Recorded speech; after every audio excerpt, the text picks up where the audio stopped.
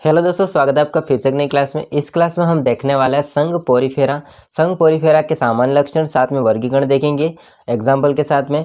और जो सामान्य लक्षण होता है वो आपको मैं ट्रिक के माध्यम से समझाऊंगा, यानी कि हालांकि ट्रिक तो नहीं है, फिर भी आपको ट्रिक जैसा लगेगा, आसानी से याद हो जाएगा। ठीक है, चलिए अपन शुरुआत करते हैं। वीडियो को एंड तक जरूर देखिए संघ पोरीफेरा होता है वो दूसरा संघ है। पहला संघ था प्रोटोजोआ, और प्रोटोजोआ का क्लासिफिकेशन और सामान्य लक्षण होता है उसको मैंने ट्रिक के माध्यम से समझा दिया है। अगर नहीं देखा तो आपको लिंक डिस्क्रिप्शन या ऊपर आई बटन पर क्लिक करके देख सकते हैं। ठीक है, तो संघ पोरीफेरा होगा, इसके बारे में अपन बात कर लेते हैं। देखिए संघ पोरीफेरा जो वर्ड, ये शब्द दिया था वो किस वैज्ञानिक ने दिया था? ये जो शब्द दिया था उसका नाम था वैज्ञानिक का रॉबर्ट ग्रांट। क्या नाम था? रॉबर्ट ग्रांट ने दिया है।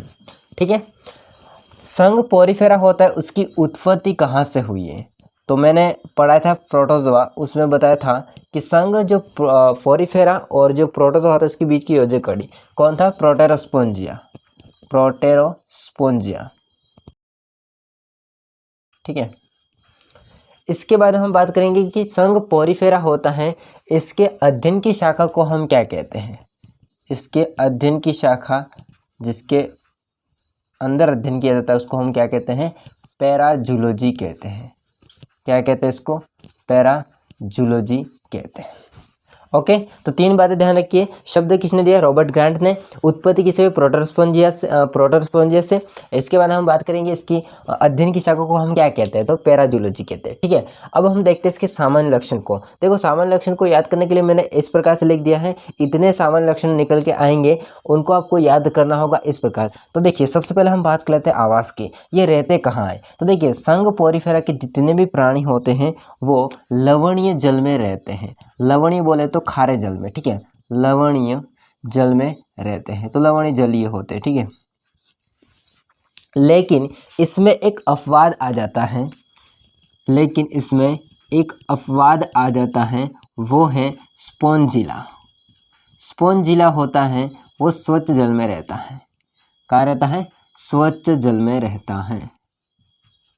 ठीक है, स्पोंजिला होता है वो स्वच्छ जल में रहता है। आगे बात कर लेते हैं आकार की। तो देखिए संघ पोरीफेरा के जितने भी प्राणी होंगे उनका आकार होता है बेलनाकार। बेलन के आकार के होते हैं?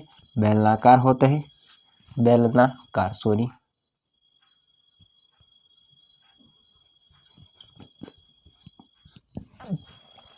साथ में ये फूलदान नुमा भी होते हैं।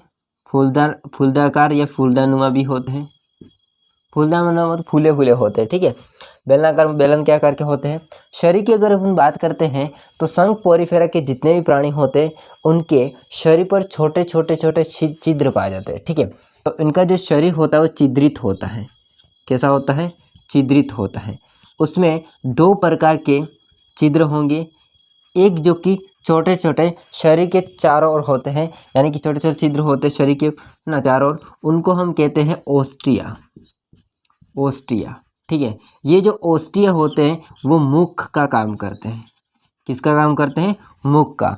और ये पाए जाते हैं चारों ओर।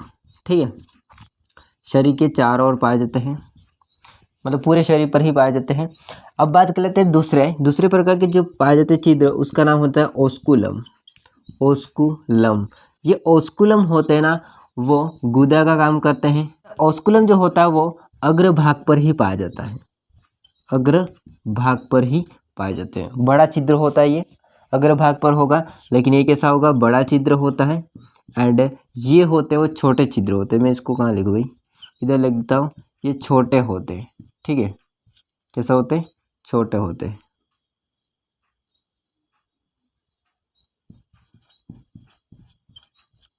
ओके, ये छोटे होते हैं। बात कर लेते हैं आगे शारीरिक संगठन की, यानी कि इनका शरीर होता है किससे बना होता है? तो कोशिकीय स्तर का होता है शारीरिक संगठन, कोशिकीय स्तर का होता है। ठीक है, तो इनका शारीरिक संगठन होता है कैसा होता है? कोशिकीय स्तर का होता है। शरीर योजना की अगर हम बात करते हैं तो इनकी शरीर योजना होती है वो होगी सेल सेग्रीगेट। कैसी होगी? Cell segregate. इसका मतलब क्या होता है सेल सेग्रीगेट? इसका मतलब ये होता है कि प्रत्येक कोशिका भोजन ग्रहण करेगी, प्रत्येक कोशिका भोजन को या वेस्ट मटेरियल को बाहर निकालेगी, तो उसको कहते हैं सेल सेग्रीगेट, ठीक है, या हिंदी में इसको कहते हैं कोशिकीय पुंज, ठीक है, कोशिकीय पुंज कहते हैं।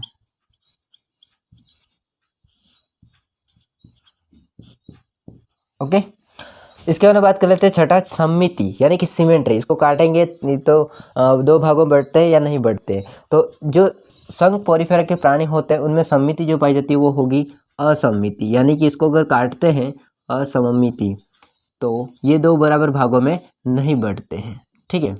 लेकिन इसमें एक अपवाद आ जाता है, अपवाद हो जाता है ल्यूकोसोलेनिया, ठीक है, ल्यूकोसोलेनिया ये जीव का नाम है, मतलब पोरिफेरा के जीव का नाम ल्यूकोसोलेनिया।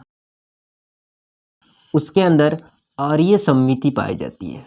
आर्य समिति का मतलब ये होगा कि यदि दो या दो से अधिक अक्ष से काटते हैं तो दो बराबर भागों में बढ़ जाता है, तो उसको आर्य समिति कहते हैं, ठीक है। बात कर लेते हैं आगे, सातवां कंकाल। तो कंकाल इनका जो होगा वो आंतरिक कंकाल होता है। कैसा होता है? आंतरिक कंकाल होता है। आंतरिक कंकाल पाया जाता है और वो भी अलग अलग प्रकार का होगा, मतलब आंतरिक कंकाल होता है वो अलग अलग बना होता है इनका। जैसे कि इनके अंदर अगर देखा जाए तो सिलिका का बना होता है, SiO2 का बना होता है, कैल्शियम कार्बोनेट का बना होता है और स्पोंजिन फाइबर का बना होता है, स्पोंजिन तंतु का बना होता है, ठीक है, तंतु का बना होता है। ओके, बात कर लेते हैं जनन स्तर की। तो इसके अंदर दो जनन स्तर होते हैं, यानी कि डिप्लोब्लास्टिक होता है। कैसा होता है? डिप्लोब्लास्टिक होता है, डिप्लोब्लास्टिक होता है। दो जनन स्तर पाए जाते हैं, हिंदी में लिख दो उसको, दो जनन स्तर पाए जाते हैं, ठीक है। कौन कौन से होंगे? तो एक्टोडर्म और एंडोडर्म होंगे, या फिर एक्टोडर्म मेसोडर्म होंगे, या मेसोडर्म या एंडोडर्म होंगे। तो इस प्रकार से दो होंगे, ठीक है। तो मैं यहाँ पर लिख देता हूँ एक्टोडर्म एंड प्लस में एंडोडर्म, एक्टोडर्म एंड एंडोडर्म, ठीक है। ये दो हो सकते हैं जनन स्तर, ठीक है। आगे बात कर लेते हैं नौवां, पोषण। पोषण का मतलब क्या होगा कि ये पोषण कर रहे हैं तो किस प्रकार का कर रहे हैं? तो प्राणियों के समान करते हैं। जो संघ पोरिफेरा के प्राणी होते हैं वो प्राणियों के समान पोषण करते हैं, तो हो जाता है प्राणी सम। किस टाइप का पोषण करते हैं? प्राणी सम। ओके, पाचन। पाचन की अगर मैं बात करता हूँ तो इनका जो पाचन होता है वो अंतः कोशिकीय होता है, यानी कोशिका के अंदर पाचन होता है, अंतः कोशिकीय होता है, ठीक है, अंतः कोशिकीय पाचन होता है। ओके, अब बात कर लेते हैं श्वसन और उत्सर्जन की। तो श्वसन और उत्सर्जन होता है वो शारीरिक सतह, यानी कि सतह से ही बाहर निकाल देते हैं। ओके, तो शारीरिक सतह से करते हैं। इसके बाद हम बात करते हैं जनन की। तो इनके अंदर दो प्रकार के जनन होते हैं जो कि आप लोग जानते हो, अलैंगिक जनन और लैंगिक जनन, और लैंगिक जनन। अलैंगिक जनन होता है वो मुकुलन के माध्यम से होता है। किसके माध्यम से होता है? मुकुलन के माध्यम से होता है, बर्डिंग के माध्यम से। एंड लैंगिक जनन होता है वो युग्मक के माध्यम से होता है, युग्मक द्वारा होता है, गैमेट्स बनते हैं उसके द्वारा होता है। अब बात कर लेते हैं 13वां, निषेचन की। तो निषेचन जो होता है ये इनका आंतरिक निषेचन होता है और पर प्रकार का होता है। कैसा निषेचन होता है? आंतरिक निषेचन होता है। ओके, शरीर के अंदर होगा निषेचन, आंतरिक निषेचन, और पर प्रकार का होता है, यानी कि क्रॉस टाइप का होता है। पर का मतलब होता है क्रॉस। तो इनका किस प्रकार का होता है? आंतरिक निषेचन एंड क्रॉस, यानी कि पर प्रकार का निषेचन होता है। तो दोस्तों ये हैं संघ पोरिफेरा के सामान्य लक्षण, जो कि आप इस प्रकार से पॉइंट याद रख सकते हैं तो ऑटोमेटिकली आपको याद हो जाएंगे ये सामान्य लक्षण। अब हम देखते हैं इसका क्लासिफिकेशन। स्क्रीनशॉट लेना चाहते हैं ले सकते हो। हाँ जी दोस्तों, अब हम देखते हैं इनका वर्गीकरण, क्लासिफिकेशन ऑफ संघ पोरिफेरा। तो संघ पोरिफेरा होता है, इनका वर्गीकरण कंकाल के आधार पर किया जाता है, कंकाल के आधार पर किया गया है। ओके, तो संघ पोरिफेरा होता है, इसको 3 क्लास में विभाजित करते हैं। कितनी क्लास में? 3 क्लास में, यानी कि इनके 3 वर्ग हैं। क्लास बोलो वर्ग बोलो एक ही बात है। पहली क्लास हो जाती है कैलकेरिया,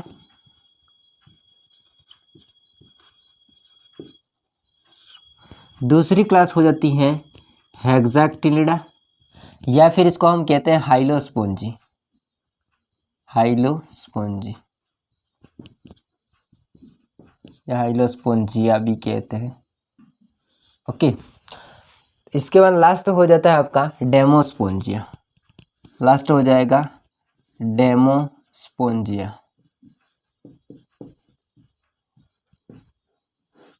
ठीक है, तो 3 क्लासें हो जाती है। फर्स्ट कैलकेरिया, सेकंड हेक्साक्टिनिडा या फिर हाइलोस्पोंजिया, तीसरा हो जाता है डेमोस्पोंजिया। अब इनके एग्जाम्पल देखने से पहले हम देखेंगे कंकाल किसका बना होता है। देखिए, कैलकेरिया होता है, उस नाम से ही क्लियर है, इनका कंकाल कैल्शियम कार्बोनेट का बना होता है, का कंकाल पाया जाता है या बना होता है। और हेक्साक्टिनिडा होता है, इनका कंकाल SiO2 यानी कि सिलिका का बना होता है, का कंकाल पाया जाता है। स्पॉन्जिन फाइबर का बना होता है, स्पॉन्जिन तंतु का बना होता है। ठीक है, अब बात कर लेते हैं कि ये कहाँ रहते हैं। तो ये रहते हैं समुद्री जल में, ये भी समुद्री जल में ही रहते हैं, और ये स्वच्छ जल में रहते हैं। ठीक है, अब सबसे पहले हम बात कर लेते हैं इसके एग्जाम्पल की। ठीक है, इसमें पहला एग्जाम्पल होता है साइकोन या साइफा, साइफा या साइकोन, दोनों का मतलब दोनों एक ही है। ओके, इसके अगर लार्वा की मैं बात करूँगा, साइफा या साइकोन के लार्वा की, तो इसका लार्वा हो जाता है एम्फीब्लास्टुला। साथ में आपको बता देता हूँ लार्वा। सेकेंड हो जाता है ल्यूकोसोलेनिया, जो कि आपने आगे देखा है, ल्यूकोसोलेनिया। और इसके अगर लार्वा की मैं बात करूँगा, तो इसके लार्वा का नाम है पेरेनकाइमुला, पेरेनकाइमुला। ओके, तो इसके 2 एग्जाम्पल हैं, साइफा या साइकोन, इसके लार्वा का नाम है एम्फीब्लास्टुला, ल्यूकोसोलेनिया, इसके लार्वा का नाम है पेरेनकाइमुला। अब बात कर लेते हैं यहाँ पर हेक्साक्टिनिडा या फिर हाइलोस्पोंजिया। इसमें अब देखेंगे एग्जाम्पल, तो इसका एग्जाम्पल हो जाता है यूफ्लेक्टेला। यूफ्लेक्टेला होता है ना, इसको हम कहते हैं जापान का विवाह पुरस्कार, जापान का विवाह पुरस्कार। जापान में विवाह होता है तो इसको पुरस्कार के रूप में दिया जाता है, यूफ्लेक्टेला को विवाह पुरस्कार। इसके अंदर 2 जीव होते हैं, ठीक है, छोटे छोटे इसलिए। या फिर और इसको कहते हैं वीनस की पुष्प मंजूषा। ठीक है, अगर मैं इसके लार्वा की बात करता हूँ, स्टीरियोगेस्टेला, स्टीरियोगेस्टेला, लार्वा का नाम क्या हो जाता है? स्टीरियोगेस्टेला, है ना, थोड़ा अजीब है, स्टीरियोगेस्टेला। तो ये हो जाता है हेक्साक्टिनिडा या फिर हाइलोस्पोंजिया के एग्जाम्पल। यूफ्लेक्टेला, जापान का विवाह पुरस्कार, वीनस की पुष्पमंजूषा भी कहते हैं इसको, एंड इसके लार्वा का नाम है स्टीरियोगेस्टेला। बात कर लेते हैं डेमोस्पोंजिया की। तो इसमें पहला एग्जाम्पल हो जाता है, आपने पढ़ा है वही आगे, स्पोंजिला, स्पोंजिला। ये इसको कहते हैं स्वच्छ जलीय स्पंज, स्वच्छ जलीय स्पंज कहते हैं। इसके बाद होता है स्पोंजिया, स्पोंजिला अलग है, स्पोंजिया भी अलग है, ठीक है। स्पोंजिया को हम कहते हैं बाथ स्पंज, बाथ स्पंज। इसको मैं यहाँ पर इसलिए लिख रहा हूँ क्योंकि नीचे और एग्जाम्पल है, ठीक है। इसके बाद में हो जाता है एफिडेटिया, एफिडेटिया। इसके बाद हो जाता है क्लेओना। क्लेओना होता है, इसको हम कहते हैं छेदक स्पंज, छेदक स्पंज। ओके। इसके बाद हम देखते हैं हिपोस्पोंजिया। हिपोस्पोंजिया, हिपोस्पोंजिया होता है, इसको कहते हैं अश्व स्पंज कहते हैं। ठीक है, इसको कहते हैं अश्व स्पंज कहते हैं, घोड़ा वाला स्पंज। ठीक है, और एक एग्जाम्पल और बच जाता है जो कि मैं यहाँ पर लिख रहा हूँ, और वो है आपका चैलाइना। चैलाइना, इसका अच्छा नाम है, इसको कहते हैं मरमेड की दस्ताने, मरमेड की दस्ताने। ठीक है, तो ये हो जाते हैं क्लासिफिकेशन और इनके एग्जाम्पल। ठीक है, तो स्क्रीनशॉट ले लीजिए। आगे विशिष्ट लक्षण बताता हूँ संघ पोरिफेरा के। तो दोस्तों आपके सामने पेश है, मैंने लिख दिया है ताकि आपका टाइम बचे। ठीक है, देखिए विशिष्ट लक्षण की अगर अपन बात करते हैं संघ पोरिफेरा की, अर्थात देखिए मैंने आगे आपको बताया सामान्य लक्षण, तो सामान्य लक्षण तो होंगे वो कुछ कुछ अन्य से भी मिलते जुलते हैं, लेकिन जो विशिष्ट लक्षण होंगे वो केवल संघ पोरिफेरा के प्राणियों में ही पाए जाएंगे, बाकी किसी संघ के प्राणियों में नहीं देखने को मिलते हैं, इसलिए इसका नाम है अलग विशिष्ट लक्षण।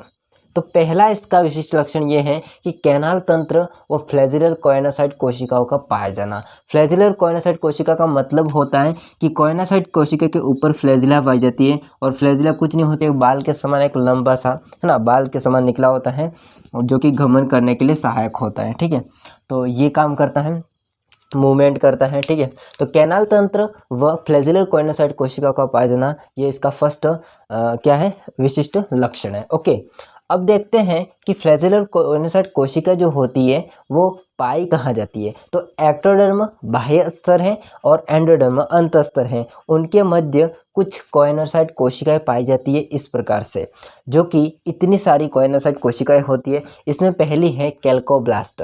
कैल्कोब्लास्ट, देखो ब्लास्ट कहने का मतलब ये नहीं है कि वो फोड़ देगी, इसका मतलब है निर्माण। ठीक है, तो कैल्कोब्लास्ट में देखा जाए तो ये कंकाल का निर्माण करती है, लेकिन वो कैल्शियम कार्बोनेट का कंकाल बनाएगी। सिलिकोब्लास्ट ये सिलिका का कंकाल बनाएगी। स्पोंजियोब्लास्ट ये स्पोंजिन तंतु का कंकाल बनाएगी। फेगोसाइट कोशिका जो कि भोजन का भक्षण करने का काम करता है। ट्रोफोसाइट होते हैं भोजन का वितरण करने, फैलाव है ना, उसको ले जाना, वितरण करना, देना। एंड थियोसाइट होता है वो भोजन का संग्रहण इकट्ठा करने का काम करती है। आर्कियोसाइट होता है वो युग्मक निर्माण, गैमेट का निर्माण करने का काम करती है। और क्रोमोसाइट होते हैं वर्णक, क्रोमो का मतलब होता है वर्णक। ठीक है, तो वर्णक निर्माण में काम करती है, क्रोमोसाइट होती है वो। मायोसाइट को जो कोशिकाएं होती है वो संकुचित, देखो मायो का मतलब होता है मांसपेशियां, एंड वो संकुचन करने में सहायक होती है। तो इतनी सारी कोयनोसाइट कोशिकाएं पाई जाती है जो फ्लैजिला युक्त है। ओके, तो आपको ये समझ में आ चुका होगा कि संघ पोरिफेरा होता है, इसके सामान्य लक्षण, साथ में वर्गीकरण, और लास्ट एंड फाइनल मैंने आपको बताया विशिष्ट लक्षण। तो दोस्तों ये वीडियो कैसा लगा कमेंट करके जरूर बताइएगा, और वीडियो अच्छा लगा वीडियो को लाइक कीजिए, अपने दोस्तों में जरूर शेयर कीजिए ताकि अपना वीडियो और भी आगे जा सके। ठीक है, तो मिलते हैं नेक्स्ट वीडियो में, तब तक के लिए जय हिंद, वंदे मातरम। स्क्रीनशॉट ले लीजिए भाई।